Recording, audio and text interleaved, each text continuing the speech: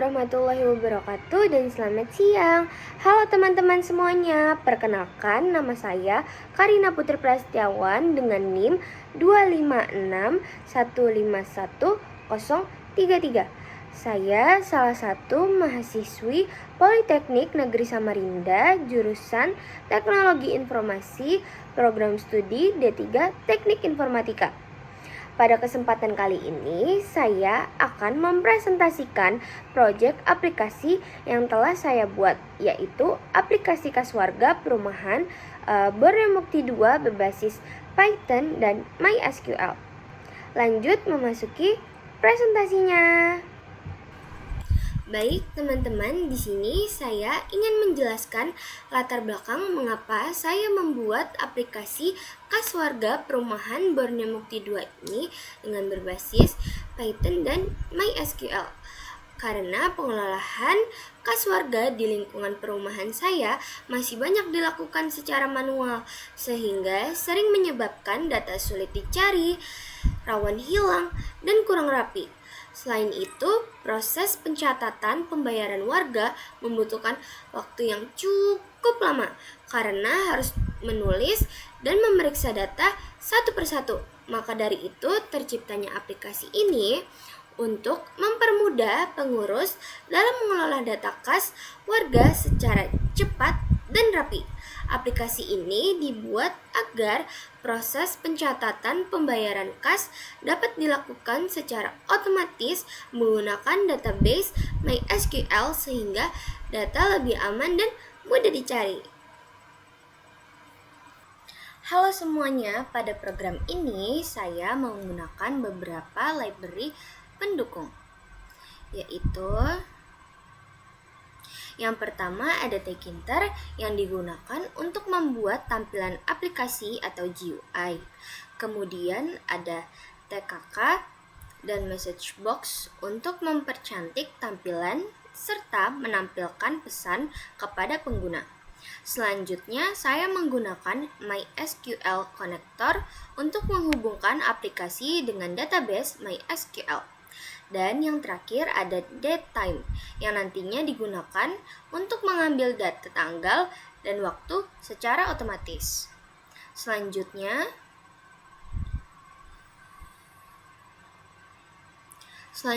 ada class database, yaitu kelas ini berfungsi sebagai pusat pengelola data.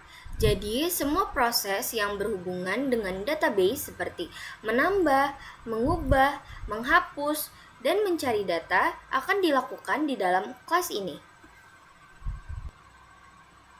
Selanjutnya, dev-init. Metode init ini akan dijalankan secara otomatis ketika kelas database dipanggil. Di dalamnya terdapat proses koneksi ke database dan pembuatan tabel yang dibutuhkan aplikasi.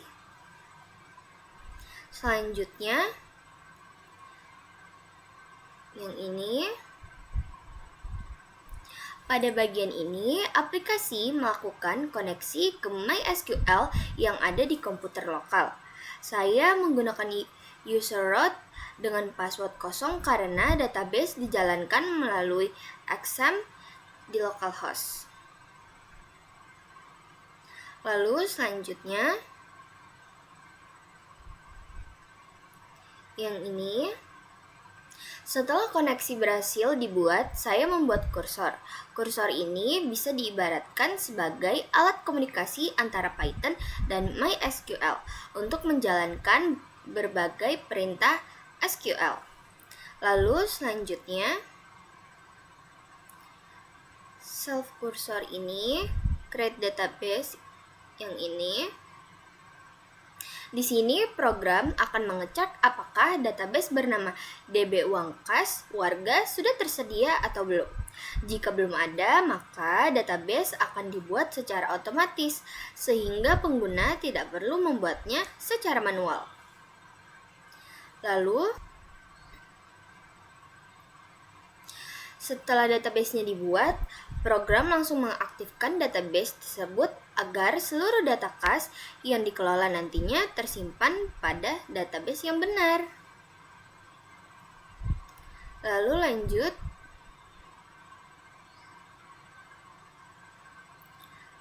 Create table kas ini.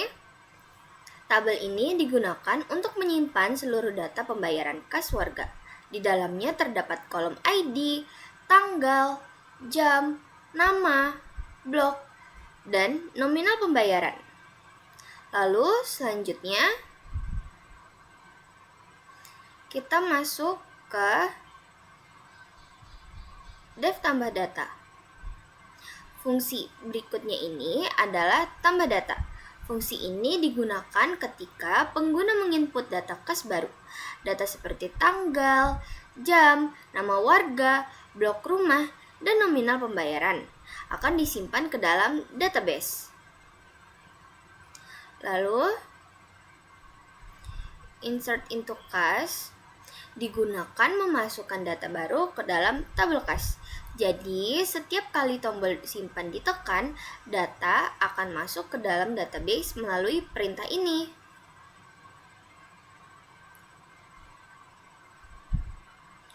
Lalu, selanjutnya, dev tampil data. Fungsi tampil data digunakan untuk mengambil seluruh data yang ada di database. Data yang berhasil diambil nantinya akan ditampilkan pada tabel di aplikasi. Selanjutnya, select from kas order by ini. Pada query ini, saya menggunakan select untuk mengambil semua data dari tabel kas.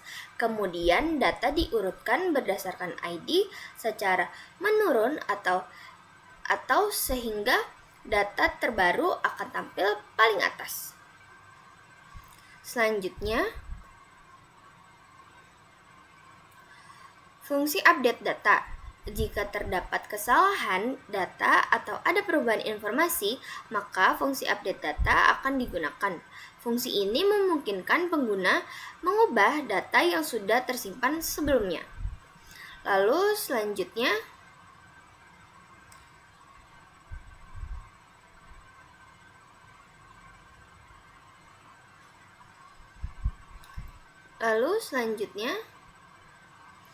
ini program akan mencari data berdasarkan ID yang dipilih, kemudian memperbarui informasi nama, blok, atau nominal sesuai data terbaru yang dimasukkan pengguna. Lalu selanjutnya, fungsi hapus data. Selain menambah dan mengubah data, aplikasi juga menyediakan fitur hapus data. Fitur ini berguna apabila terdapat data yang salah atau sudah tidak diperlukan lagi. Lalu, selanjutnya, fungsi cari data. Untuk mempermudah pencarian data warga, saya menambahkan fitur pencarian. Dengan fitur ini, pengguna tidak perlu mencari data secara manual satu persatu. Lalu selanjutnya kita masuk ke aplikasi GUI-nya.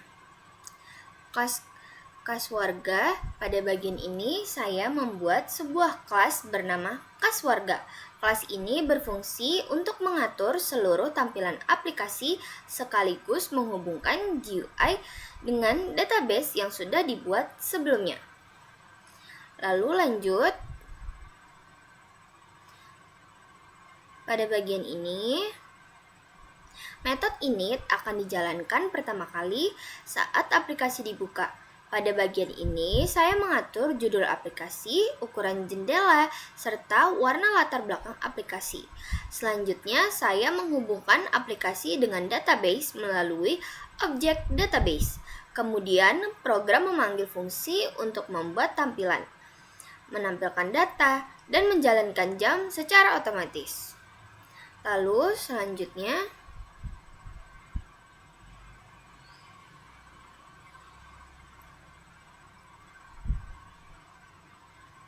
bagian ini digunakan untuk membuat header atau bagian atas aplikasi dengan warna pink agar tampilan lebih menarik.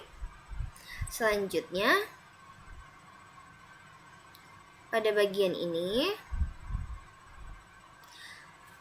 saya menambahkan judul aplikasi pada header sehingga pengguna dapat langsung mengetahui fungsi dari aplikasi yang digunakan. Selanjutnya,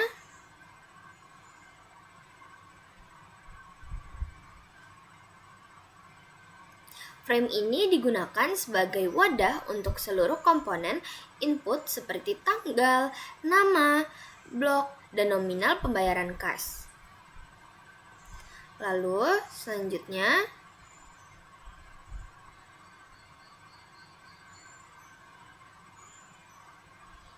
yang ini, bagian ini digunakan untuk menampilkan kolom tanggal transaksi yang nantinya akan diisi secara otomatis sesuai tanggal saat ini. Selanjutnya, ada input jam. Yang ini, komponen ini digunakan untuk menampilkan jam secara real time, sehingga setiap transaksi memiliki informasi waktu yang akurat. Lalu selanjutnya, input nama. Kolom ini digunakan untuk memasukkan nama warga yang melakukan pembayaran kas. Selanjutnya, kita masuk ke input blok. Kolom blok digunakan untuk mencatat lokasi rumah warga berdasarkan blok perumahan yang warga telah tempatin. Lalu selanjutnya kita masuk ke input nominal. Kolom nominal digunakan untuk memasukkan jumlah uang kas yang dibayarkan oleh warga. Selanjutnya kita masuk ke tombol button yang akan ada di aplikasi. Yang pertama yaitu tombol tambah. Ketika tombol tambah ditekan, sistem akan menyimpan data yang telah diinput ke dalam database. Lalu selanjutnya, tombol edit. Jika terdapat kesalahan data, pengguna dapat memiliki data yang ingin diubah lalu menekan tombol edit. Lalu selanjutnya ada tombol hapus. Tombol hapus digunakan untuk menghapus data yang sudah tidak diperlukan lagi dari database. Lalu selanjutnya ada fitur pencarian, yaitu yang ini. Kolom ini digunakan untuk memasukkan kata kunci pencarian berdasarkan nama warga yang ingin saya cari. Lalu selanjutnya, pada bagian ini, ketika tombol cari ditekan, sistem akan menampilkan data yang sesuai dengan nama yang ingin saya cari. Lalu selanjutnya, pada bagian ini digunakan untuk membuat tabel yang berfungsi menampilkan seluruh data kas warga yang tersimpan di dalam database. Lalu selanjutnya,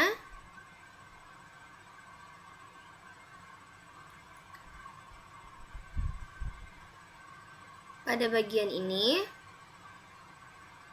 fungsi ini digunakan untuk memperbarui tanggal dan jam secara otomatis setiap 1 detik. Lalu selanjutnya, pada bagian ini, fungsi tambah digunakan untuk menyimpan data baru yang dimasukkan oleh pengguna. Sebelum data disimpan, sistem akan melakukan validasi untuk memastikan tidak ada data yang kosong. Jika seluruh data sudah lengkap, maka data akan dikirim ke database dan disimpan secara permanen. Lalu selanjutnya, fungsi pilih data. Pada bagian ini, fungsi ini akan berjalan ketika pengguna memilih salah satu data pada tabel. ID data yang dipilih akan disimpan agar dapat digunakan pada proses edit maupun hapus. Selanjutnya, ada fungsi edit data. Fungsi edit digunakan untuk memperbarui data yang telah dipilih sebelumnya. Perintah ini mengirim data terbaru ke database untuk menggantikan data yang lama. Lalu selanjutnya ada fungsi hapus data. Fungsi ini digunakan untuk menghapus data yang dipilih dari tabel dan database. Sebelum menghapus data, sistem akan meminta konfirmasi agar pengguna tidak salah menghapus data. Selanjutnya, ada fungsi cari data, yaitu yang ini. Fungsi ini digunakan untuk mencari data berdasarkan nama warga. Program akan mengambil data yang sesuai dengan kata kunci yang dimasukkan oleh pengguna. Lalu selanjutnya ada load data. Fungsi load data digunakan untuk menampilkan seluruh data dari database ke dalam tabel. Selanjutnya ada bersihkan input. Fungsi ini digunakan untuk mengosongkan kembali form input setelah proses tambah, edit, atau hapus data selesai digunakan. Lalu selanjutnya, yang terakhir, ada run program. Pada bagian terakhir, program membuat jendela utama aplikasi, menjalankan kelas kas warga, dan mengaktifkan main loop agar aplikasi tetap berjalan serta dapat menerima interaksi dari pengguna. Kita run.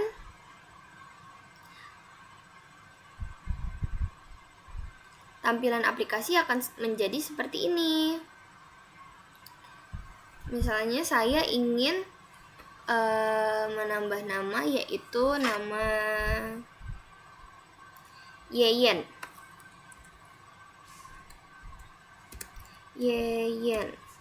Bloknya saya ingin 04.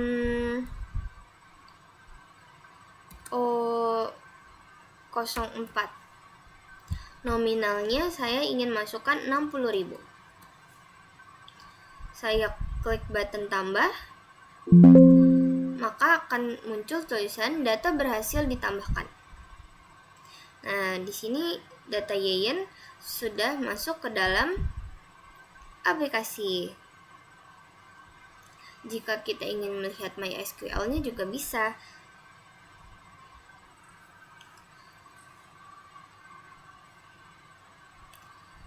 Nah, teman-teman, kita bisa lihat di sini pada MySQL atau database ini sudah tersimpan nama Yeyen beserta bloknya, jumlahnya, tanggal, dan jam yang saat kita masukkan tadi. Lalu, ketika saya ingin menghapus Nana, saya pencet namanya, lalu kita klik button hapus. Nah, di sini akan muncul warning untuk kita konfirmasi apakah kita yakin ingin menghapus datanya. Jika iya, maka pencet yes. Jika tidak, maka pencet no. Saya ingin menghapus, maka saya pencet yes. Nah, sukses, data berhasil dihapus. Data Nana sekarang sudah tidak ada di sini. Lalu selanjutnya, ketika saya ingin mengedit, saya klik Halim. Lalu saya ingin mengedit nominalnya. Saya ganti menjadi 90.000. Edit. Maka data berhasil diubah. Ini Halim yang tadinya 30.000 menjadi 90.000. Lalu ketika saya ingin mencari nama warga, karena kan ini namanya banyak sekali ya teman-teman. Kalau misalnya kita cari satu persatu, pasti kan sangat kayak ribet dan susah. Maka dari itu saya munculkan pencarian. Misalnya saya ingin mencari nama Karina. Cari. Nah, maka langsung muncul data-data nama Karina beserta nominalnya, blok nama, jam, dan tanggal, serta ID-nya juga. Seperti itu. Jadi, itulah penjelasan mengenai coding dan cara kerja aplikasi kas warga yang telah saya buat. Melalui aplikasi ini, proses pencatatan kas warga menjadi lebih mudah, cepat, dan terstruktur karena seluruh data tersimpan langsung ke dalam database. Semoga aplikasi ini dapat membantu pengelola kas warga menjadi lebih efektif. Bye-bye semuanya. Jadi dapat disimpulkan bahwa aplikasi kas warga ini dapat membantu proses pengolahan data kas menjadi lebih mudah, cepat, dan tersimpan otomatis di dalam database. Sekian presentasi dari saya. Mohon maaf apabila terdapat kesalahan maupun kekurangan dalam penyampaian dari pembuatan aplikasi ini. Terima kasih dan wassalamualaikum warahmatullahi wabarakatuh. Bye-bye teman-teman. Sampai jumpa di video saya selanjutnya.